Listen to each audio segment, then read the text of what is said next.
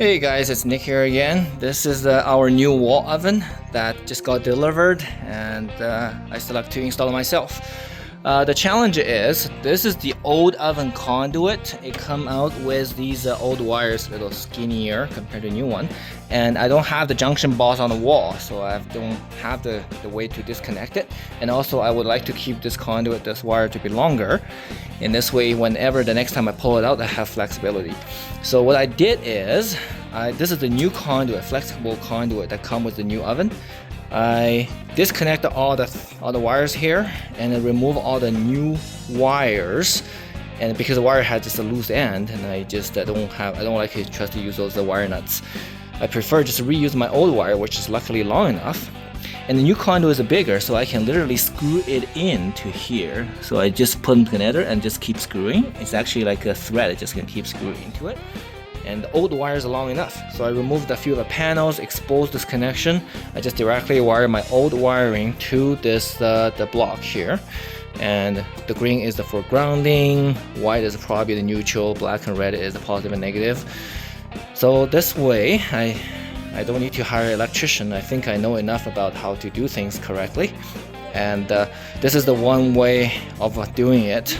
The proper way, or maybe the electrician, they're going to disconnect the wire here, install a junction box on the wall, and then reconnect this new conduit into the wall. And the challenge would be that you don't have this lens to play with. You're going to have very limited space to do all the work, which is awkward, which I don't really like that way. So this is one of the options you guys can do when you replacing the wall oven. And suggestion is, keep the same brand. So this way all the cutout in the beginning that you have for the old oven will usually match the new model, because usually it's a continuous design, so they keep the same spacing available for whatever the cutout. So this will fit perfectly. One thing I have to do is, you see this green wire, that's a part of the new wire that came with it. So these are all the other ones. The reason the green one was cut is because the old green grounding wire, it was so short, it probably only ends up here. So I need to pick up the slack from this end to that end.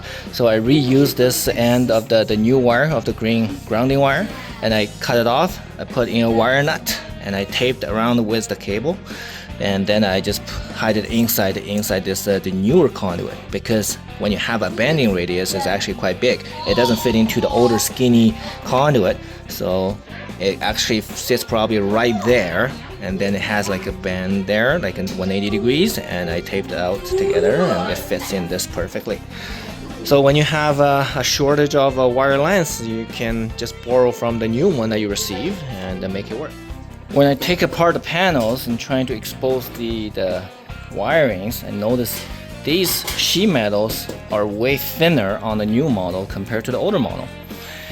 Don't know if that's improvement of technology or it's just a cost-saving practice for the new appliance manufacturers. As I'm putting it together, so I can show you how did I take apart. Oh, there's the back panel, which is down there. A few screws to remove it, and though you can just slide it downwards. And on top you have this little guy, 2 screws left and right, remove that part. And this piece, which is exposed where all the wiring is, you have a 2 on the side. And those black ones are much smaller, easy to slip. I probably use a manual screwdriver to remove it. You don't use the impact.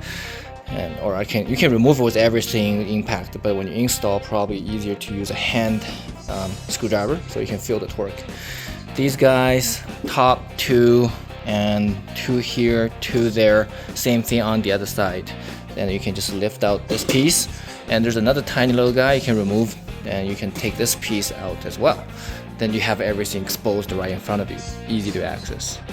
Of course, you always want to turn off the breaker before you do anything. Now things are done. This is on the range, so I can turn it back on.